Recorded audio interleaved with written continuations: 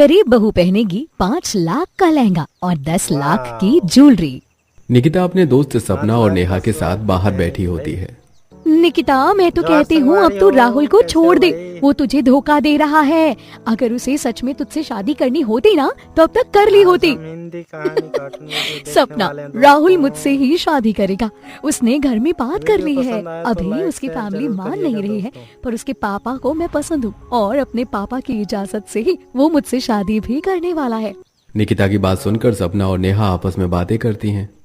ये मैं क्या सुन रही हूँ? सपना इस राहुल से शादी करने वाली है। राहुल कितना अमीर है, इस गरीब की किस्मत कितनी अच्छी है। अब तुम दोनों एक दूसरे के कान में क्या बात करने लगी? सपना और नेहा निकिता को भड़काने लगते हैं। निकिता परेशान घर में जाती है और 2 दिन बाद राहुल निकिता का हाथ मांगने के लिए अकेला घर आता है। माफ करना आंटी, मैं यहाँ अकेला आया हूँ निकिता का हाथ मांगने। दरअसल माँ और दादी थोड़ी नाराज हैं। पापा ने ही कहा है कि मैं नेहा को मंदिर लेकर आऊं। पापा हमें वहीं मिलेंगे। पापा का आशीर्वाद हमारे साथ है। अगर आपको यकीन ना हो तो मैं आपके पापा से बात भी करवा सकता हूँ। तू हमारी दोस्त है, हम तेरा भला चाहते हैं। फैमिली तैयार नहीं है और फिर भी राहुल तुमसे शादी करना चाहता है। जरूर इसमें कुछ गड़बड़ है। अपना ख्याल रखना, कहीं ऐसा ना हो कि बहू रानी से वो तुम्हें नौकरानी बना करके ले जाए। वरना तू खुद सोच, इतने बड़े घर का लड़का तो जैसी गरीब को अपने परिवार के खिलाफ ले जाकर के शादी क्यों करेगा? बेटा, पिछले 1 साल से मैं तुम्हें जानती हूँ, मुझे तुम पर पूरा भरोसा है। हम मंदिर चलते हैं। मुझे गरीब बुढ़िया की इतनी औकात नहीं कि वो अपनी बेटी की धूमधाम से शादी करवा पाए। हाँ, मेरी बेटी को तुम जैसा जीवन साथी मिल रहा है, मेरे लिए तो ये ही काफी है। राहुल निकिता उसकी माँ के साथ मंदिर जाता है, जहाँ राहुल का भाई अमित भी होता है। भैया, आप अकेले? पापा कहाँ है? पता नहीं, पर सुबह से पापा की तबीयत ठीक नहीं है। उन्होंने कहा है कि तुम शादी करके घर आ जाओ और जब घर आओगे तो पापा सब संभाल लेंगे। मैंने शादी की सारी तैयारी कर ली है, तुम कपड़े बदल लो। अमित के कहने पर राहुल और निकिता मंदिर में शादी करते हैं और कुछ ही देर में अमित, राहुल और निकिता अपने घर आते हैं। अब जैसे ही निकिता गाड़ी से उतरती है, विनोद को हार्ट अटैक आ जाता है और सारे घर वाले परेशान हो जाते हैं। अरे, मुझे तो समझ नहीं आता इन दोनों भाई का क्या है। जब हमें इनकी जरूरत होती है तो पता नहीं दोनों कहाँ चले जाते हैं। और एक है जो विदेश छोड़ने का नाम ही नहीं लेता। अरे बहू, खड़ी खड़ी मुंह क्या देख रही है? अपने पति को फोन कर, देवर को फोन कर। अरे, एम्बुलेंस को भी कोई फोन करो, मेरा बेटा मर जाएगा तब बुलाओगे क्या एम्बुलेंस? अब घर की सारी औरतें विनोद को व्हील चेयर पर बिठाती हैं और जैसे ही दरवाजे पर पहुंचती हैं तो वो लोग दुल्हन के जोड़े में निकिता राहुल को देखकर हैरान रह जाते हैं। माँ जी, मुझे तो कहते हुए शर्म आ रही है। यहाँ पापा जी को हार्ट अटैक आया है और देवर जी शादी रचा कर आ गए हैं, इसीलिए कि हमारा फोन नहीं उठा रहे थे। माँ जी, ये लड़की तो हमारे घर के लिए बड़ी मनहूस है। देखिए ना, कदम रखते ही पापा जी की तबीयत खराब हो गई और आप इस लड़की को अपने घर की बहू मानने के लिए राजी हो रही थी। माँ, भाभी बिल्कुल सही कह रही हैं। इस गरीब अपशगुनी को मैं अपनी भाभी कभी नहीं मान सकती। अरे, इस मनहूस के बारे में बाद में बात करना राहुल। अमित, तेरे पिताजी को हार्ट अटैक आया है, पहले तू मेरे बेटे को हॉस्पिटल लेकर के चल। अब जल्दी से अमित और राहुल अपनी माँ दादी के साथ मिलकर विनोद को अपनी कार में बिठाते हैं और अस्पताल के लिए चले जाते हैं। कोई भी निकिता का गृह प्रवेश नहीं करवाता और तीनों नंद भाभी अपने कमरे में चले जाते हैं। और तभी राजू पिंकी लोटे में चावल भरकर लाते हैं और अपनी चाची से कहते हैं, चाची, हमने टीवी में देखा है जब नई बहू आती है तो वो ऐसे ही कलश को लात मारकर अंदर आती है। दादू की तबीयत खराब है इसलिए घर में कोई नहीं है और माँ आपको पसंद नहीं करती, पर आप हमें बहुत पसंद हो, इसलिए आप अंदर आ जाओ। बच्चों की बात सुनकर निकिता की आंखें भर आती हैं और वो कलश गिराकर अंदर आती है। जैसे ही निकिता अंदर आती है, काजल, निशा और कविता आकर उसके हाथ मोड़ते हुए कहती हैं, मनहूस कहीं की, आते ही हमारे घर में हंगामा मचा दिया। आखिर तेरी हिम्मत कैसे हुई इस घर में कदम रखने की? माँ, चाची को छोड़ दो ना। चाचा ने बताया था कि चाची बहुत अच्छी है। अगर चाचा को पता चल गया कि आप चाची को परेशान कर रही हो ना तो वो बहुत नाराज हो जाएंगी। हाँ भाभी, छोड़ो ना इस मनहूस को। इसके लिए राहुल भैया बगावत पर आ जाएंगे, पूरा घर सर पे उठा लेंगे। इतना बोलकर काजल, कविता और निशा अपने कमरे में चली जाती हैं, जिसके बाद राजू, पिंकी अपनी चाची के आंसू पोंछते हैं और उन्हें राहुल के कमरे में ले जाते हैं। चाची मुझे माफ कर दो, माँ ने आपके साथ बहुत बुरा किया। नहीं कितना बच्चों, समझदार मेरे बच्चे साथ हैं किसी ने भाई। कुछ बुरा नहीं किया। मेरी किस्मत शायद ऐसी ही थी। ये बोलकर निकिता को अपने मायके के दिन याद आते हैं। अरे देखो जरा इस विधवा को, बेटी के होते ही पति मर गया, पर फिर भी इस बेटी को कैसे पाल पोस रही है। मैंने सुना है इस लड़की का कोई अमीर बॉयफ्रेंड भी है। देखना वहाँ जाकर भी उन लोगों को परेशान ही करेगी। ये सब सोचते हुए निकिता बच्चों की तरफ देखती है। जब घर में कोई नहीं होता तो राजू और पिंकी ही निकिता के साथ होते हैं, उसे पूरा घर दिखाते हैं। देखते ही देखते पूरा दिन बीत जाता है। रात से सुबह हो जाती है पर कोई घर नहीं आता, और इसीलिए निकिता खुद कपड़े बदल कर रसोई में जाती है और अपने ससुर के लिए खिचड़ी, दादी सास के लिए उत्पम और बाकी घर वालों के लिए साधारण छोले और पूरी बनवाती है।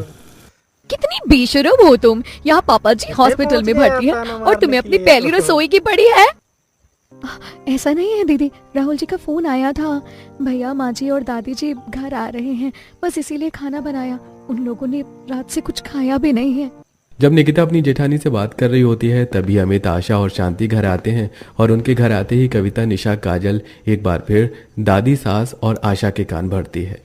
माँ, आपको तो पता है ना निकिता कितनी बेशर्म है। इसे तो मुझे भाभी बोलने का भी दिल नहीं करता। पापा हॉस्पिटल में भर्ती है और मैडम जी को अपनी पहली रसोई करनी है। माँ जी, काजल बिल्कुल सही कह रही है। चुप करो तुम सब, उस बेचारी को परेशान करने में लगे हो। राहुल ने उसे फोन दिया था, इसलिए उसने हम सब के लिए खाना बनाया है। शर्म तो तुम दोनों को आनी चाहिए। हम लोग सारी रात अस्पताल में रहे, अन्न का एक दाना मुंह में नहीं डाला, और तुम्हें अपनी इतनी भी शर्म नहीं आई कि हम लोग के लिए खाना बना कर रखो, और जब निकिता ने बनाया है तो माँ और दादी के कान भर रही हो। अमित की बात सुनकर काजल, कविता और निशा का मुंह बन जाता है, जिसके बाद निकिता सभी को खाने के लिए देती है, और खाना खाते हुए आशा और शांति निकिता को खरी खोटी सुनाती है। हम तुम्हारे हाथ का खाना खा रहे हैं, इसका मतलब ये नहीं कि हमने तुम्हें अपना मना लिया है। अरे सही कह रही है मेरी दोनों बहुएं। इतनी मनहूस हो गई है ये औरत जब से आई है, जब से घर में कदम पड़े हैं। मेरे पति की ये हालत हो गई है। ए देख मनहूस लड़की, अगर मेरे बेटे को कुछ भी हुआ ना तो मैं तुझे घर में बसने नहीं दूंगी, चाहे राहुल कुछ भी कर ले। ससुराल आते ही निकिता को इतने कष्ट सहने पड़ते हैं कि उसकी आंखों के आंसू नहीं सूखते, और इसी तरह 2 दिन बीत जाते हैं, और घर वालों को नाराजगी देखकर निकिता को अपने मायके के दिन याद आते हैं। बेटा तू रो नहीं, तेरी वजह से तेरे पापा को कुछ नहीं हुआ था, वो सिर्फ एक हादसा था। तो ससुराल में जाकर अपने ससुराल वालों का बहुत ख्याल रखना बेटा। देखना तुझे बेटी से बढ़कर प्यार करेंगे। निकिता ये सब सोच ही रही होती है कि तभी राहुल आता है और निकिता उसके साथ हॉस्पिटल चलने की जिद करती है। राहुल, आपके साथ हॉस्पिटल चलना है मुझे भी। माँ और दादी आखिर कब तक अस्पताल में ही रहेंगी, वो थक जाएंगी। अच्छा ठीक है निकिता, तुम खाना पैक कर लो, हम हॉस्पिटल चलते हैं। भैया आज आप रहने दीजिए। राहुल के कहने पर अमित घर पर ही रुकता है और निकिता राहुल के साथ अस्पताल जाती है, जहां निकिता को देखकर शांति और आशा का मुंह बन जाता है। अरे ओ, तू यहाँ क्यों आई है? अरे मेरे बेटे को अभी तक होश नहीं आया है, तेरी वजह से हॉस्पिटल में एडमिट भी हुआ। तू यहाँ से जा। दादी, अब निकिता भी इस घर की बहू है, उसका पूरा हक बनता है कि वो भी अस्पताल जाकर पापा को देखे। और आप दोनों जिन्हें अपने बहू बोलती है ना, वो तो झांकने भी नहीं आए, झूठे मन से भी नहीं कहा उन्होंने कि देवर जी हमें भी अस्पताल ले चलो। तू अपनी बीवी के लिए हमसे कितनी बगावत कर रहा है, पर सच तो ये है कि वो मनहूस की वजह से ही आज मेरे पति की ये हालत है। इनके गंदे पैर हमारे घर में क्या पड़ गए। अरे हमारे पति अस्पताल पहुंच गए। आशा और शांति बार बार निकिता को यह एहसास कराते हैं कि सब कुछ उसकी वजह से हुआ है। देखते ही देखते रात हो जाती है और निकिता सबसे हॉस्पिटल में रुकने की इज्जत करती है। माँ जी, दादी जी, आप दोनों थक गई होंगी, सारा दिन हॉस्पिटल में रहते हैं, एक रात घर जाकर के आराम कर लीजिए ना। आज पापा जी के साथ मैं रह लूंगी। प्लीज राहुल जी, माँ जी को बोलिए ना। देखिए, यहाँ पर जिसको रुकना है वो जल्दी से डिसाइड करके बता दे, क्योंकि यहाँ 2 जने से ज्यादा अस्पताल में कोई रुकेगा नहीं। राहुल, मैं तेरी जिम्मेदारी पर इस लड़की को यहाँ रुकने तो दे रही हूँ। अगर मेरे पति को कुछ हुआ तो इस लड़की की खैर नहीं। आशा और शांति निकिता को धमकी देकर घर जाती हैं और निकिता सारी रात जागकर अपने ससुर के पास बैठी रहती है। जब और भी उनके शरीर में मोमेंट होती वो तुरंत डॉक्टर को बुलाती और समय पर नर्स को बुलाकर अपने ससुर की दवाइयों का ख्याल रखती, जिस वजह से सुबह होते ही विनोद को होश आ जाता है, पर वो अभी न तो किसी से बात कर पाता है और न ही अपनी जगह से उठ पाता है। राहुल देखो पापा जी को होश आ गया। बहुत ज्यादा सीरियस। मेरे बच्चे तुझे होश आ गया, हाय तू ठीक हो गया। माँ दादी अब क्या कहना है आपका? आप ही कह रही थी ना कि निकिता मनहूस है। देखिए उसने एक रात पापा की सेवा करके पापा होश में आ गए। शांति और आशा राहुल की किसी भी बात का जवाब नहीं देती। इसी तरह 2 दिन बीत जाते हैं और डॉक्टर विनोद की हालत में सुधार देख उन्हें डिस्चार्ज कर देते हैं। घर आने के बाद निकिता अब सभी घर वालों का ख्याल रखती है। माँ जी आप नीचे खाने के लिए नहीं आई, इसीलिए मैं पापा जी का और आपका खाना लेकर के आ गई हूँ। और ये पापा जी की दवाई भी है, ये दूध के साथ देनी है और ये पानी के साथ। आप भी खाना खा लीजिएगा। सोने से पहले मैं आपके पैर भी दबा दूंगी। पूरा वीडियो अपनी सास और ससुर को खाना देकर निकिता अपनी दादी सास के कमरे में जाती है और तेल से उनके पैरों की मालिश करती है। चिंता मत कीजिए दादी जी, आज आपको बहुत अच्छी नींद आएगी और पापा जी की भी फिक्र मत करना, वो बहुत जल्दी ठीक हो जाएंगे। जब निकिता घर वालों का ख्याल रख रही होती है तो काजल, निशा और कविता